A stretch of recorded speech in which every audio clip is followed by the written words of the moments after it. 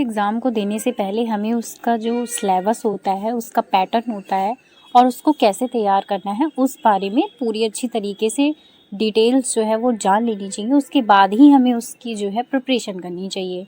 तो आज हम बात करेंगे सीटेट के बारे में। देखिए, सीटेट का एग्ज़ाम जो अभी फॉर्म स्टार्ट हो गए हैं आपके सीटीटी के, ठीक है। तो सीटेट का एग्ज़ाम जो पास करना है, ये कोई बहुत बड़ी बात नहीं है। अगर आपकी पेडागॉजी पे पकड़ बहुत अच्छी है तो आप आसानी से सीटेट में बहुत अच्छे मार्क्स जो है वो गेन कर सकते हैं। इसमें देखिए क्या होता है, जैसे प्राइमरी लेवल का जो है, तो इसमें क्या होता है, इसमें जो 30 नंबर की जो है वो पेडागॉजी, यानी पेडागॉजी तो आपकी हर एक सेक्शन में आती है। पेडागॉजी से ही रिलेटेड आपके क्वेश्चन आते हैं। आपका जो बाल विकास है यानी चाइल्ड डेवलपमेंट एंड पेडागॉजी है, उसके अलावा आपका देखिए लैंग्वेज में आता है, जो हिंदी में क्वेश्चन आते हैं आपका। अगर आप बहुत अच्छे से पेपर को देखें और उसको समझें तो आप जानेंगे कि आप जो क्राइटेरिया है इसका पास करने का 19 मार्क्स, और जो एससी और ओबीसी के लिए 82 मार्क्स है, तो आप उसको बहुत अच्छे से गेन कर सकते हैं, उससे अच्छे भी मार्क्स ला सकते हैं। आपकी हिंदी में जो पैराग्राफ आते हैं, पैराग्राफ के अलावा जो क्वेश्चन उसमें पूछे जाते हैं वो भी पेडागॉजी, 15 नंबर की आपकी पेडागॉजी आती है और 15 नंबर का आपका जो व्याकरण है, और एक तो साहित्य की तो बहुत मुश्किल से ही पूछता है, लेकिन कभी कभी पूछ लेता है। तो इस टाइप के क्वेश्चन आपके आते हैं। लैंग्वेज में भी आपका हिंदी है, इंग्लिश है, संस्कृत है, उर्दू है, कई सारी लैंग्वेज आपकी उसमें रहती हैं। आप फॉर्म को जल्दी फिल कर दीजिएगा और उसके बाद से आप इसकी प्रिपरेशन स्टार्ट करिएगा। और देखिए, आपका पहला मैंने आपका बोला, इसमें जान लेते हैं, जैसे आपकी फर्स्ट लैंग्वेज तो आपको हिंदी लेनी ही लेनी है। सेकंड लैंग्वेज आपकी आप उसमें चूज़ कर सकते हैं। ये इतनी सारी आपकी लैंग्वेजेस दी रहती हैं। उसके अलावा आपका मैथ आता है। देखिए, मैथ भी आपकी बिल्कुल बेसिक लेवल की मैथ आती है, क्योंकि आपको 1 से 5 तक के बच्चों को पढ़ाना है ना, 1 to 5 तक के लोगों को पढ़ाना है। तो बहुत हाई मैथ नहीं पूछते हैं। मैथ में भी आपका 15 नंबर की पेडागॉजी रहती है और 15 नंबर का जो आपका क्वेश्चन रहता है वो पूछा जाता है। तो यानी आपकी कुल मिलाकर पेडागॉजी अच्छी होनी चाहिए। और इसमें देखिए इन्वायरमेंट, तो ईवीएस ये आपकी इतने पार्ट में डिवाइड है। देखिए, ईवीएस में भी 15 नंबर के जो क्वेश्चन होते हैं वो फैक्ट होते हैं, और जो 15 नंबर की वो पेडागॉजी पूछते हैं। जैसे आप बच्चों को जो इन्वायरमेंट यानी पर्यावरण की शिक्षा है वो कैसे देंगे, तो बच्चों को पर्यावरण की शिक्षा जो है वो दी जाती है। तो खेल खेल में ही उनको मैथ भी सिखाई जाती है, हिंदी का भी ज्ञान कराया जाता है। ये सारी चीज़ें हमारी ईवीएस के अंतर्गत ही आ जाती हैं। तो ये पेडागॉजी का पार्ट हो गया। और इसमें क्या होता है कि ये जो 15 नंबर के जो फैक्ट क्वेश्चन होते हैं ये भी मोस्टली रिपीटेड होते हैं, नहीं तो वो एनसीईआरटी पे ही बेस होते हैं। जैसे कर्णम मल्लेश्वरी का क्वेश्चन है, वो तो आपका हमेशा पूछता ही पूछता है। कर्णम मल्लेश्वरी हो गई, या फिर आपका जो भी महिला खिलाड़ी है, महिलाओं ने क्या योगदान दिया है, या एवरेस्ट की ऊंचाई कितनी है, ऐसे फैक्ट क्वेश्चन। और हाथी से रिलेटेड क्वेश्चन आता है, स्लॉथ के बारे में क्वेश्चन आता है कि स्लॉथ कितना सोता है, बहुत ही आलसी जानवर है। और कई सारे ऐसे क्वेश्चन है, जैसे घोंसला किसका कौन सा कितना बड़ा होता है, कौन कहाँ पे घोंसला बनाता है, फाकता है कबूतर है, इस टाइप के क्वेश्चन ईवीएस में हमेशा पूछे जाते हैं, जो फैक्ट के अंतर्गत आते हैं। इसके अलावा हिंदी में भी बहुत बेसिक क्वेश्चन पूछते हैं, जैसे उसमें संधि हो गया, समास हो गया, इस टाइप के क्वेश्चन पूछे जाते हैं। देखिए, इसमें दिया हुआ भी है जो पेडागॉजी सेक्शन है उसमें क्या क्या चीज़ें दी जाएंगी, है ना। तो ये चीज़ें हम इनको देखते हैं। जैसे सीसीई पूछता है पर्यावरण के क्षेत्र में कि कब स्टार्ट हुआ था, उसका कभी कभी सन पूछ लेता है। जैसे जो सन 2001-2 का आप प्रीवियस ईयर देखेंगे तो उसमें दिया हुआ है। और कैसे हम जो एजुकेशन पॉलिसी है, जो न्यू एजुकेशन पॉलिसी है, उसको कैसे रिलेट करके हम इसमें पढ़ते हैं, वो चीज़ें इसमें फैक्ट नॉलेज पूछता है। आपको अगर मैं पेडागॉजी की बात बोलूँ तो पेडागॉजी बहुत ही इंटरेस्टिंग सब्जेक्ट है, अगर आप इसको समझेंगे। मैंने जब फर्स्ट टाइम सीटेट दिया था तो मेरे किसी में नहीं, मेरे सबसे अच्छे मार्क्स जो है वो इसी में आए थे, जो चाइल्ड डेवलपमेंट एंड पेडागॉजी है।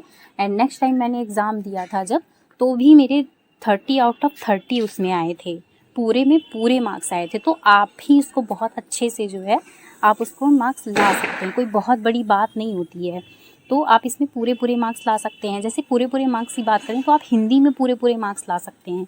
हिंदी जैसे सब्जेक्ट में आप पूरे पूरे मार्क्स ला सकते हैं। आप चाइल्ड डेवलपमेंट पेडागॉजी में पूरे 30 मार्क्स ला सकते हैं, क्योंकि इसमें मैंने खुद ला सकते हैं।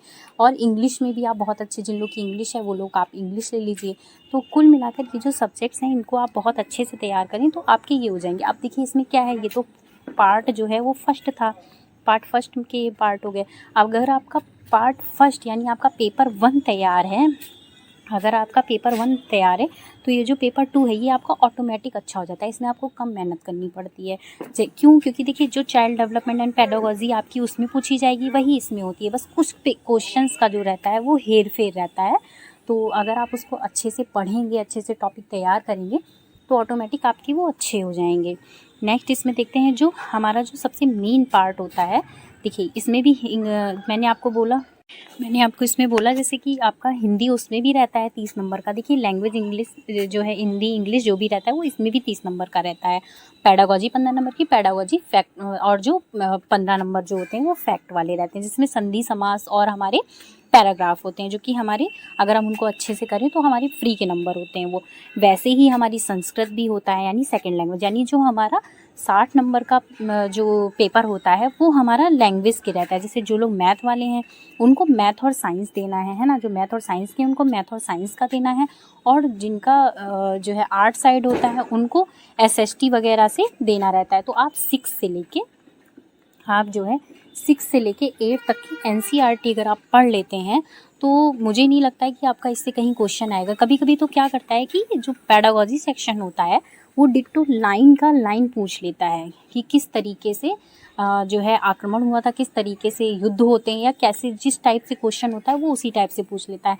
तो कुल मिला के अगर आपने अपने कोर्स में, जैसे आपने B.Ed किया है या BTC किया है, DLED किया है, D.Ed किया है, जो भी आपने किया है, अगर आपने उसकी बुक्स बहुत अच्छे से पढ़ी हैं कि कैसे बच्चों को जाने समझे, और उनको हम आपने देखा होगा आपके आसपास जो भी बच्चे रहते हैं उनको आप कैसे एजुकेशन देते हैं, कैसे आप उनको पढ़ाते हैं, अगर आप उनको रिलेट करके कुछ जो एग्ज़ाम में बैठेंगे, पेपर देंगे, तो आपका बहुत अच्छे से ये क्लियर हो जाएगा।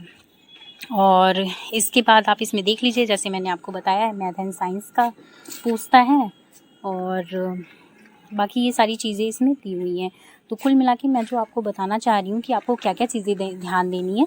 तो फर्स्ट आप क्या करिए, आप NCERT पढ़िए, ठीक है, आप NCERT पढ़िए, और उसके अलावा आप पेडागोजी को बहुत अच्छे से समझिए। देखिए पेडागोजी क्या होती है कि हम बच्चों को वास्तविक जीवन से जोड़ के कैसे पढ़ाते हैं। जो NCF है और जो हमारी एजुकेशन पॉलिसी है वो सीधे सीधे बोलती है कि बच्चों को हमें दंड नहीं देना है।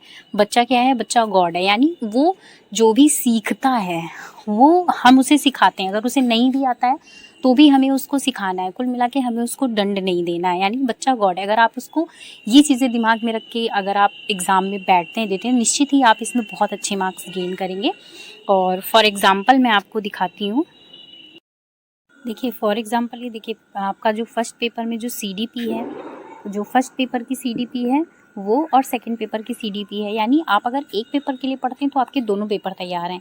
और आप जो हिंदी पढ़ते हैं वो भी आपका, यानी 60 नंबर आपका ऐसे ही। और हिंदी हो गया आपका फर्स्ट नंबर पे जो है वो हिंदी हो गया, ठीक है, आपका CDP हो गया, और आपका सेकंड लैंग्वेज यानी आप संस्कृत या हिंदी कुछ, यानी 90 नंबर के तो आपके तो ऐसे ही हो रहे हैं। 90 में मान लीजिए अगर आपने कितना भी गलत किया, आपने जो है 90 में 10 भी गलत कर दिए या कुछ, तो आपके सही ही होंगे ना। और उसके अलावा 90 का ये हो गया, फिर आपके जो उधर के मार्क्स बन रहे हैं तो ऐसा तो है नहीं कि आप उधर 1-2 भी नंबर नहीं पाएंगे, है ना। तो आप इस तरीके से अपनी स्ट्रैटेजी बनाइए। पहले आप तो ये कोशिश करिए कि हम उसको पास कर लें, उसके बाद की आप जो स्ट्रैटेजी है वो ये बनाइए कि आप इसमें कैसे अच्छे मार्क्स गेन कर सकते हैं। तो आई होप आपको ये सेशन पसंद आया होगा। इसके अलावा अगर आपको कोई भी इन्फॉर्मेशन चाहिए या आप अपनी तैयारी को किस तरीके से करें, क्योंकि हमें क्या होता है, हम अगर जो फर्स्ट टाइम वो पेपर दे रहे होते हैं तो हमें इतना पता नहीं होता है हमें कैसे एग्ज़ाम देना है, क्या देना होता है। फर्स्ट मैंने भी अगर ये एग्ज़ाम दिया था तो मैंने बस ऐसी पेडागोजी का एक वो जो हमारी कोर्स में बुक चलती हैं B.Ed BTC में जो भी, तो वो मैंने बस नॉर्मली ऐसे ही CDP का पढ़ा हुआ था, और थोड़ी चीज़ें जो टिप्स जो मैंने आपको दी वो मैंने बस माइंड में रखी, आराम से क्लियर हो गया था। नेक्स्ट टाइम मैंने दिया था तो मैंने अच्छे मार्क्स भी गेन किए। तो इस तरीके से आप भी इसको, मैं अपना एक्सपीरियंस आपसे शेयर कर रही हूँ कि आप भी इन चीज़ों को ध्यान में रखिए और आप अपना एग्ज़ाम बहुत अच्छे से दीजिए। ये छोटी छोटी चीज़ें आप ध्यान रखेंगे तो निश्चित ही आप पेपर को बहुत अच्छे से क्लियर कर लाएंगे। और सेकंड पेपर भी आप भरिएगा, दोनों पेपर भरिएगा तो आपकी फ़ीस भी कम रहेगी। और आई होप आपको सेशन पसंद आया होगा। पसंद आया हो तो आप लाइक, शेयर एंड कमेंट करिएगा। Thank you so much.